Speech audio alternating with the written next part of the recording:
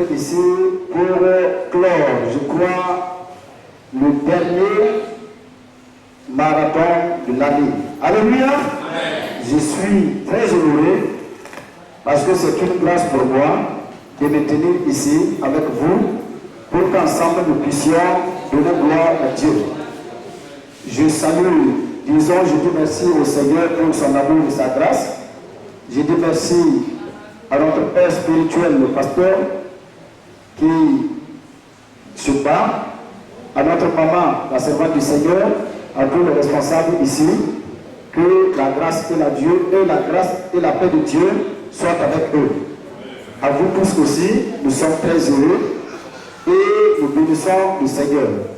Que le nom de Dieu soit glorifié au nom de Christ Jésus. Amen. Amen. Je crois que tu es très heureux. Alors, le thème qui nous réunit aujourd'hui, c'est lèvons-nous et bâtissons. Alléluia. Nous allons introduire juste le thème et à partir de là, nous allons prier et les autres jours, nous allons aller pas à pas pour que le nom du Seigneur soit glorifié. Amen. Et parlant d'introduction, il y a le thème qui nous dit lèvons-nous et bâtissons. C'est un appel. Amen. Et je crois que tu es dedans. Vous savez, je pouvais dire que ça, c'est le message que l'Église en général, ce n'est pas seulement l'Église locale d'ici, devait comprendre. C'est un message que l'Église grand E devait normalement comprendre. Parce qu'il parle de l'unité. Nous allons voir que nous sommes ensemble ici pour prier, pour intercéder, mais en réalité, si nous ne sommes pas unis, nos prières n'iront nulle part ailleurs. Alléluia. C'est pourquoi nous devons tout faire pour être unis et pouvoir chercher la face du Seigneur. La vraie Église, c'est celle qui accepte l'union, qui accepte l'appel que le Seigneur a lancé. Donc, sœur pasteur, nous sommes très heureux pour le message qui nous a été donné pour clore, disons, l'année. Et je crois qu'on va aller un peu, on ne va pas aller à la vague, on va aller un peu, et par la prière, chacun va comprendre. Voilà, donc, donnez-moi un micro à fil parce que le réglage ne va pas bien. Amen. Et nous allons comprendre que le thème ici nous appelle tous ensemble à l'unité dans la prière. Alléluia. Donc, prenez vos Bibles, ceux qui ont des Bibles, prenez. Les textes de base qui nous ont été donnés, alors, c'est à partir de ces textes de base que nous allons utiliser pour parler. Mais d'abord, comme je parle d'introduction, j'ai dit c'est un thème qui nous appelle à l'union, l'unité, pour un but précis. Et le but ici, c'est pour bâtir. Alléluia. Amen. Pour bâtir. Qui est prêt pour bâtir? Levez les mains, on va voir. On parle de bâtir l'œuvre du Seigneur. Alléluia. On parle de bâtir la vie des autres personnes. On parle de bâtir la vie de l'église locale ou de l'église en général par différentes sortes d'œuvres. On parle aussi de bâtir sur le plan physique, soit disons par le bien de l'autre. Si nous ne sommes pas du même accord, nous ne pouvons pas nous lever, n'en parlons pas de servir. Alléluia. Donc, nous devons comprendre ce qu'il nous a demandé.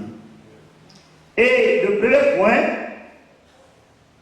nous allons voir le premier verbe qui est lèvons-nous. Pourquoi le Seigneur nous demande de nous lever? Et pourquoi ils ont conjugué cela à la troisième personne du pluriel? Ici, ce n'est pas je. Dans le terme, ce n'est pas le je. Mais nous. Nous voici ensemble ici. Comment est-ce que nous pouvons nous lever pour bâtir l'œuvre du Seigneur si chacun utilisait le je? Il y a une séparation et de l'orgueil à quelque part. Oui ou non? Mais le nous parle d'ensemble. Et ici, le nous appelle à l'unité. Joindre, alors plusieurs choses ou plusieurs personnes, alors à être un ou commun, si vous voulez. Et si c'est un, nous savons que un est le premier de tous les nombres qui marquent, et disons, et toutes les choses qui marquent, le nombre qui marque, disons, le premier des chiffres que nous pouvons voir qui parlent de l'unité qu'on ne peut pas séparer, c'est le premier si on veut compter. C'est dans Jean vois dans Jean 17, avant que Jésus ne parte, Jésus va nous appeler et à être un. Jean 17, à partir du verset 11, nous allons voir Jean 17, 11. Pourquoi il appelle ses enfants à être unis? Si nous ne comprenons pas ça, toi et moi, nous n'aurons pas de victoire dans notre prière. L'Église va marcher, mais chacun marche selon sa manière ou chacun va courir selon sa façon. En ce moment, alors il y aura ce qu'on appelle le désordre. Et le Saint-Esprit nous dit que Dieu ne nous a pas donné un esprit de désordre, mais un esprit d'ordre. Oui ou non? Il n'y a pas de désordre en Dieu. C'est pourquoi Jésus, il dit à ses disciples, lisez avant du verset 11, il dit ceci, avant de partir, il dit au Seigneur, alors je ne suis plus dans le monde, et ils sont dans le monde. Et je vais à toi, Père Saint, garde en ton nom ce que tu m'as donné, afin qu'ils soient un comme nous. Donc, vous voyez qu'il y a l'unicité. Et Jésus dit, moi, le Père, le Saint-Esprit, nous sommes un. Maintenant, il regarde les disciples. Je m'en vais vers le Père. Mais il dit au Père, donne-leur de comprendre qu'il y a une puissance dans l'union. Afin qu'ils soient un. Comme moi et toi, nous sommes un. Alléluia. Et si nous sommes un, nous allons prier pour beaucoup de choses. Et nous allons voir que par l'enseignement du Christ, rien ne va nous échapper. Alléluia. Nous ne pouvons pas bâtir l'édifice de Dieu si nous ne sommes pas unis. Une église où les enfants de Dieu ne s'entendent pas, alors c'est une église où le diable va gagner du terrain parce qu'ils ne pourront rien faire. C'est pourquoi généralement quand l'ennemi vient pour attaquer, il met d'abord la division. Et quand les gens ne se comprennent plus, alors en ce moment, il peut arriver à faire stagner l'œuvre, arrêter l'œuvre.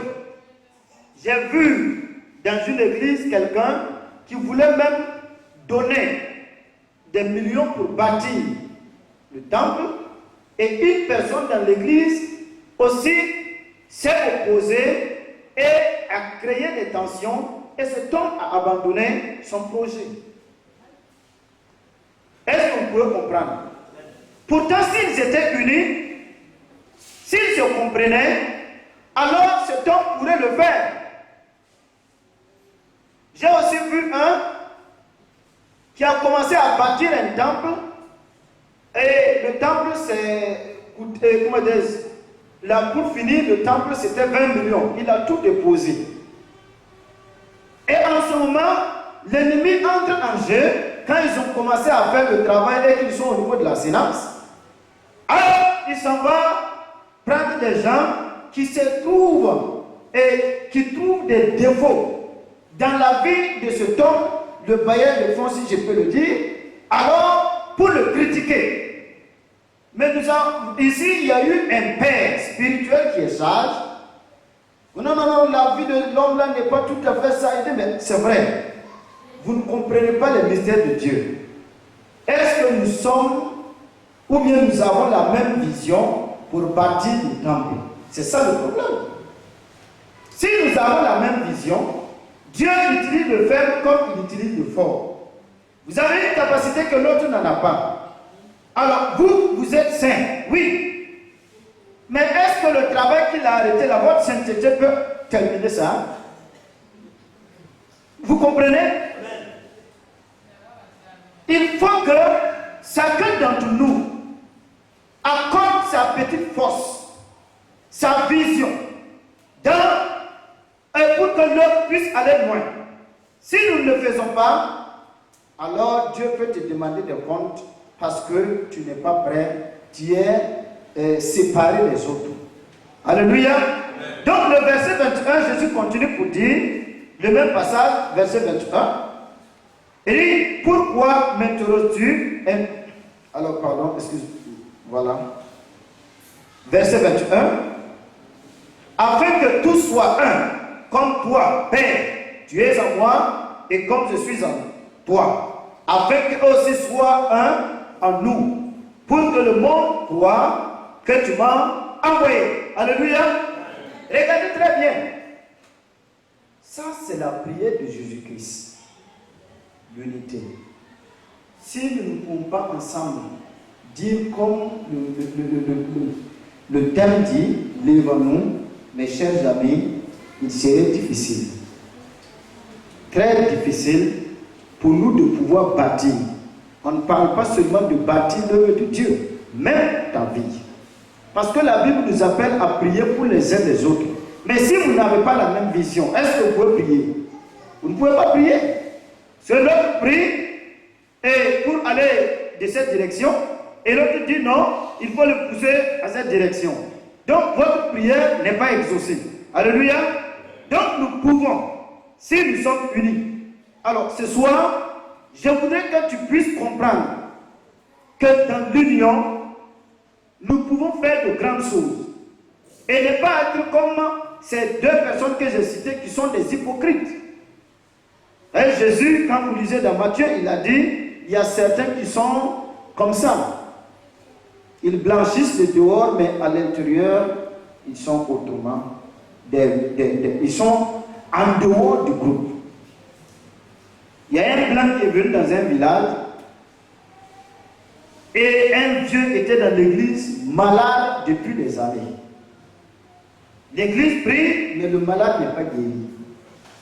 Alors, quand le blanc est arrivé, c'était dans un village, il a dit, bon, nous allons prier pour le vieux.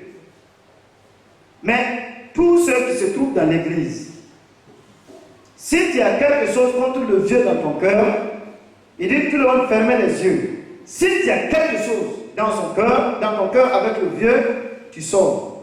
Sinon je vais prier, mais ce qui est avec le vieux va venir sur toi. Donc vous savez que les gens n'aiment pas ça. Quand ils disent levez les mains, ils voient que les gens sortent un. Il dit ne persistez pas, hein. Donc les gens se retirent. Après il dit au vieux, ouvre tes yeux. Le vieux ouvre, il dit voici ceux qui sont avec toi. Maintenant, vous qui êtes là, ce Dieu-là aujourd'hui doit se lever. Parce que c'est quand vous êtes unis et qu'il n'y a pas d'hypocrite au milieu de vous, que Dieu entend et exauce. Et quand ils ont prié, Dieu a fait grâce et le vieux a été guéri. Quand les gens ne comprennent pas que Dieu ne veut pas l'hypocrisie. Ça, c'est l'uniformisme. Porter la tenue de l'église, alors un boubou blanc, tout le monde se réveille de ça. Mais à l'intérieur, qu'est-ce que nous avons? Quand les autres disent lève-nous, toi tu dis non, pour faire quoi? Quand les autres disent nous allons trouver quelque chose pour la servante ou le serviteur de Dieu, ou bien on va arranger l'église, toi tu as une idée autre. Et ensemble, quand on dit prier, tellement les gens sont religieux, alors pire, ils commencent à prier. Dieu, quand il regarde, il voit l'hypocrisie. C'est ça qui fait que l'Église aujourd'hui, on dirait qu'il n'a plus de puissance. Il n'a plus de force. Si vous voyez ce que Jésus a dit, Matthieu 18, lisez très bien. Matthieu 18, juste avant.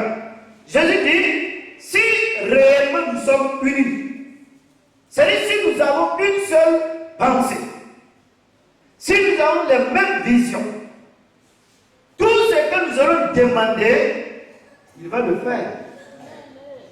Mais regardez, qu'est-ce qu'on va demander à Dieu aujourd'hui qu'il va faire? Si on demande à Dieu aujourd'hui, peut-être on va se créer des problèmes. On va dire Dieu n'entend pas. Pourtant, il y a des hypocrites au milieu de nous. Vous savez, un jour, j'ai donné l'enseignement sur l'union et j'ai dit aux gens, aujourd'hui, on va faire l'exercice pour comprendre est-ce que Dieu est vrai ou faux.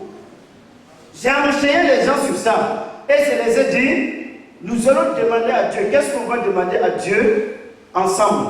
J'ai dit, bon, il ne pleuvait pas en son temps, c'est le temps qu'il ne pleuvait même plus. J'ai dit, aujourd'hui, nous allons dire à Dieu, nous voulons une grande pluie qui va couvrir presque toute la Côte d'Ivoire. Cette nuit-là même. Et j'ai dit, vous êtes d'accord? Ils disent, oui, lèvons-nous. Seigneur, nous sommes unis. Nous avons fait l'enseignement, mais nous voulons faire la pratique. Mais la théorie sans la pratique, ça devient autre chose. Donc nous voulons les deux pour comprendre qu'est-ce qui se trouve réellement dans sa parole en ce qui concerne l'unité. Quand nous avons prié cette même nuit, la pluie a arrosé presque, les gens appellent que j'ai appelé un de mes trucs à Gaïoua, de l'autre côté, et dit non, il pleut là-bas, il a plu partout. Et je les ai dit, vous comprenez pourquoi le diable est en train de nous diviser. Regardez bien, l'enseignement de Jésus nous dit ça. Même les démons s'unissent pour pouvoir faire leur œuvre. Jésus a dit, si on chasse un démon, il sort, oui ou non? Mais il s'en va chercher 7 autres plus forts que lui. C'est-à-dire qu'il sait, dans l'union, il peut faire beaucoup de choses. Donc, ils s'entendent pour venir faire d'autres choses. Et nous maintenant, alors nous avons des pensées et lui part de ce côté, l'autre de ce côté, nous nous divisons comme voulons-nous. On ne peut pas. On est en train de faire un tour vicieux. On tourne, oui. On fait du mouvement, oui. Mais on ne bouge pas. On ne bouge pas. Si on fait du bruit, on tourne, on fait des mouvements, on voit, mais en réalité, nous sommes dans le même lieu. Ce soir, je voudrais appeler chaque personne. Si c'est toi et ton mari, si vous n'êtes pas unis, mon ami, vous ne pouvez pas être exaucé. Vous comprenez? L'autre prie de son côté et l'autre tourne de l'autre côté, vous ne pouvez pas être exaucé. Quand on est célibataire, généralement, sa prière est exaucée vite. Mais quand on est marié, ça devient autre chose. Tu dis, oh Seigneur, je veux ça. La femme dit, la manière dont je vois lui là, s'il a eu ça, Seigneur, mais il va dire comment? Seigneur, exauce. Dans son cœur, elle dit, pas de moment.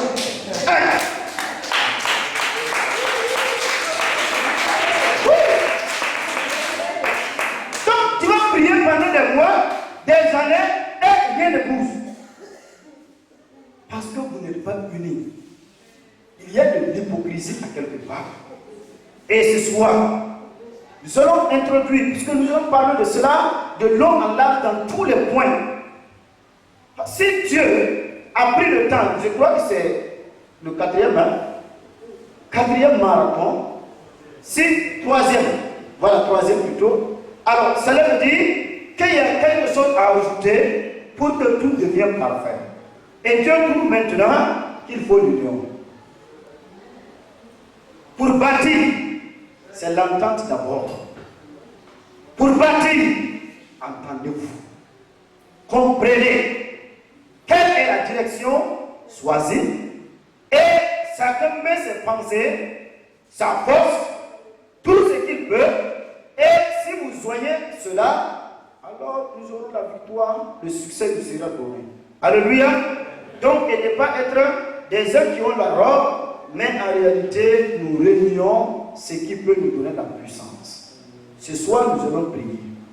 Et je veux que par ce thème, nous puissions dire à Dieu, effectivement, de faire des choses qu'on demandait depuis longtemps et qu'on ne recevait pas. On va faire en même temps l'exercice, comme je vous ai dit. Et nous allons voir qu'est-ce qui est impossible à Dieu. Hein? Rien n'est impossible à Dieu. Et il dit rien aussi n'est impossible à celui qui croit. Mais il y a une seule chose que Dieu ne peut pas. Si vous n'avez pas les mêmes pensées, si vous n'avez pas la même vision, vous bloquez la main de Dieu. Votre prière n'est pas exaucée. Alors, si tu réponds ce soir, tout comme le thème, lève-nous, je crois qu'on va se lever ensemble et nous allons dire à Dieu, nous sommes prêts pour bâtir ton œuvre. Nous sommes prêts pour aller loin. Nous sommes prêts pour bâtir, si vous voulez, de faire des missions, à aller à la mission. Nous sommes prêts pour implanter des églises. Nous sommes prêts pour que l'œuvre aille aux États-Unis. Nous sommes prêts pour que l'œuvre va en Europe. Nous sommes prêts pour que l'œuvre va en Chine. Nous sommes prêts pour que l'œuvre va en Océanie. Nous sommes prêts pour que l'œuvre va en Inde. Alors que Dieu dira, comme ils sont d'un commun accord, que pouvons-nous faire? Donnez-les. Et nous allons voir la main de Dieu. Oui ou non? C'est l'union. Être un.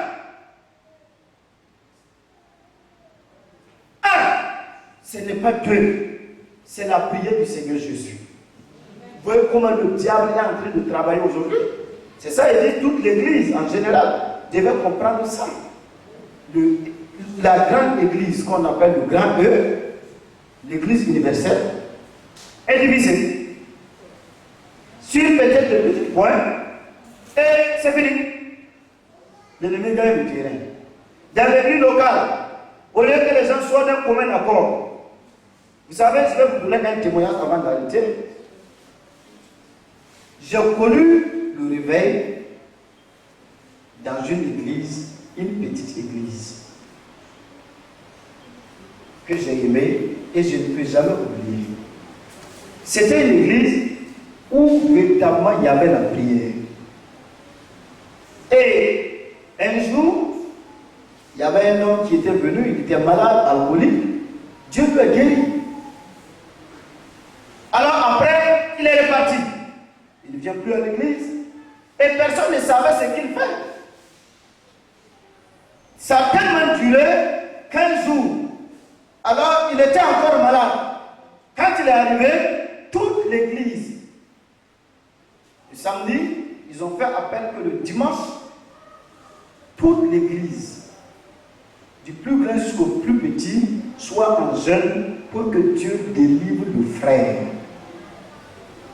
Parce qu'il était gravement malade. Écoutez bien, tout le monde, quand on est arrivé, le pasteur a donné le message juste et le reste, prions. Ils l'ont fait déposer devant, complètement couché, et on a prié, demandant pardon à Dieu, prié.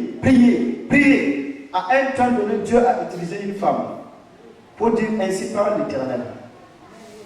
Vous, mes enfants, parce que vous êtes unis et que vous avez de l'amour, j'ai dit, je lui pardonne son péché. Mais je lui dis qu'il ne dépassera pas 3 jours.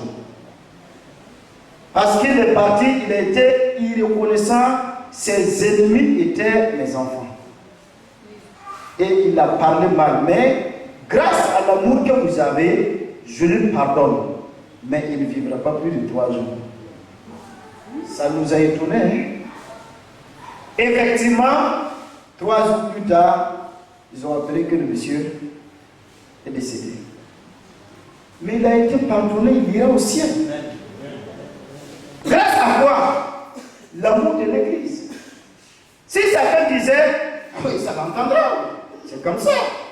Oui, c'est comme ça, Dieu paye. Non, on n'est pas ça. On n'est pas ça. Si une personne a un problème, que tout le monde dit, ça c'est mon problème. Elle n'a pas mangé, moi je peux manger la nuit. Ce n'est pas lui, c'est moi. Quelqu'un est malade, ce n'est pas lui, je suis malade, puisque nous formons le même corps. En ce moment, mes amis, rien ne pourrait résister. Même si Satan descend ici avec des cornes qui dépassent le toit, il suffit seulement qu'un seul mot et le diable prendra la temps en nous. Parce que nous sommes unis. Donc ce soir, nous allons nous arrêter ici. Et chacun va prier le Seigneur. Chacun va dire au Seigneur, je veux ce programme. Dans ce programme, je veux que tu me donnes un cœur, que tout ce qu'on va parler, en ce qui concerne l'union pour pouvoir arriver jusqu'au bout, puisqu'on parle ici de l'invincibilité aussi de l'Église. Je bâtirai mon Église où? Là où le séjour des morts est, oui ou non? Et rien ne prévaudra contre elle. Mais comment? Comment? C'est quand nous sommes unis, soudés, et nous sommes un. C'est ça. Oui ou non? Et si nous ne sommes pas unis, l'ennemi vient, il prend un. C'est comme ça qu'il fait.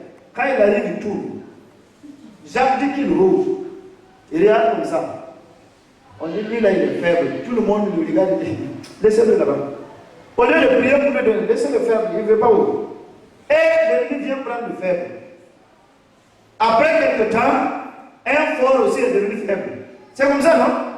Puis souvent il devient fort, souvent il devient faible. Ah, un fort est devenu faible. Tout le monde dit, ah, l'ennemi vient prendre. Donc il est en train de finir un peu, sans que les autres ne s'en rendent compte. Donc, mais si nous avons la même pensée, il suffit de se mettre à genoux. Et que Dieu étend sa main, et ensemble, nous allons faire de grandes choses. Nous allons faire des miracles. Si nous disons à Dieu aujourd'hui, nous voulons que ta puissante main se mette en œuvre. Et s'il n'y a pas d'hypocrisie dans notre cœur, je vous le dis, mes chers amis, Dieu le fera, même s'il n'existait pas. C'est lui qui a dit. Amen. Si on demande, s'il n'y a pas d'hypocrisie, s'il n'y a pas d'autres qui disent non, il ne faut pas envoyer, mes amis, Dieu le fera. Amen. Alléluia. Amen. Donc tiens-toi debout. C'est l'introduction. Lève-nous et bâtissons. Tu vas dire à Dieu ce soir, je suis devant toi. Souvent mes pensées vont très loin. Il peut que des moments arrivent, tu ne comprends pas la direction du ministère. Souvent le Seigneur conduit comme ça. Et puisque tu ne comprends pas, tu veux dire non, ça c'est quelle manière de diriger. Tu ne comprends pas comment le Seigneur œuvre. Tu peux te séparer à l'intérieur, mais physiquement tu es là. Donc, il y a une barrière. Mais tous d'un commun accord, si nous disons au Seigneur ce soir, ô Dieu, tu m'as sauvé, tu m'as appelé ici. Alléluia. Amen. Les pas de l'homme ne sont point en son pouvoir, c'est l'Éternel qui dirige ses pas. Amen. Si Dieu t'a amené ici dans cette église, c'est que Dieu a un plan. Toi, tu dois mettre quelque chose. Ton empreinte digitale n'est pas comme celle de l'autre. Tout est différent. Alléluia. Amen. Et s'il y a un qui ne joue pas son rôle, il y a un problème. Notre caméraman n'est pas venu, il est bloqué par des embouteillages. Et un pasteur est obligé de le faire. Ça ne réussira pas comme si c'est lui-même. Oui ou non? Donc il y aura un handicap à quelque part. C'est normal parce que ce n'est pas son rôle. Alors, donc, si toi, tu es dans l'église, tu ne mets pas ta main là où tu dois mettre, alors il y aurait une place flottante et Dieu te demanderait et dirait, il y a quelqu'un qui ne joue pas son rôle. Oui. Donc, chacun dira à Dieu, ce soir, je donne tout mon cœur, mon être, sur l'œuvre à laquelle tu m'as appelé. Je ne suis pas dans ce temple pour rien. Un enfant de Dieu est un missionnaire. Comprends bien, madame, même si tu prépares à la maison, tu es missionnaire ici. Si le temps de la mission accompli, Dieu va te faire, bon, Dieu ouvre la porte et va dans telle ville ou dans tel lieu.